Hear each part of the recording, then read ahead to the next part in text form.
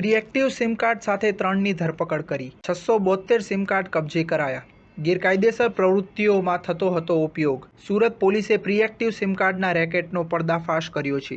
સુરત પોલીસને બાતમી મળી હતી કે 3 શખ્સો 672 જેટલા પ્રીએક્ટિવ સિમ કાર્ડ વેચે છે, જેનો ઉપયોગ ગેરકાયદેસર પ્રવૃત્તિમાં થાય છે। સુરત પોલીસે પ્રીએક્ટિવ સિમ કાર્ડના રેકેટનો પર્દાફાશ કર્યો છે। આ સિમ કાર્ડનો ઉપયોગ ક્રિકેટના સટ્ટા, online game, shopping, dummy link, ઠગાઈ સહિતના વેપલા ઉપયોગમાં લેવાતો હોવાનું બહાર આવ્યું હતું। મુંબઈમાં એરટેલ અને વોડાફોનના પ્રમોટરો મુકેશ અને ભગવાન પાસે ગ્રાહકો સિમ કાર્ડ ખરીદવા માટે આવતા હતા। તે ગ્રાહકો પાસેથી સિમ કાર્ડ ખરીદવા માટે જરૂરી ડોક્યુમેન્ટ મેળવી છેતરપિંડી કરતા હતા। 2000 સુધી એક સિમ કાર્ડના લેવામાં આવતા હતા। સરોલી પોલીસે કૌભાંડ ઝડપી પાડી 672 પ્રીએક્ટિવ સિમ કાર્ડ સાથે 3ની ધરપકડ કરી છે।